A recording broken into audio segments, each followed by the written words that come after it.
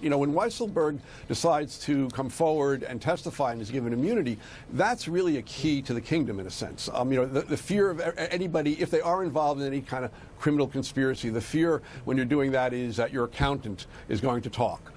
And this is somebody who presumably knows a lot about the Trump organization, what they've done, how they've used their money, and so the Manhattan DA obviously has a real interest in that. And why would he? I mean, what do you suspect is at issue as to why he would get immunity? I mean, because if there are any, you know, tax laws broken, it would remove him from responsibility, or I mean, what could be at stake for him? So he clearly raised, or had his lawyer raise, that he felt like there was a threat, at least. There was some risk of exposure if he testified. And if there were not a risk of criminal exposure, he wouldn't have gotten immunity.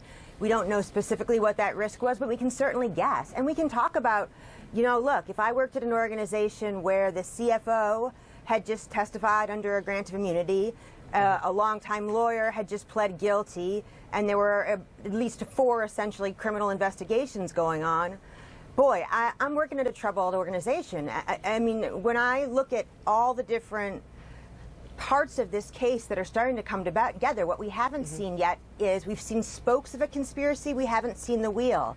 But there's every reason to think there is a wheel that joins all this together in a broader conspiracy that has not yet been indicted, and I expect will be brought to the public's attention in one way or another very soon.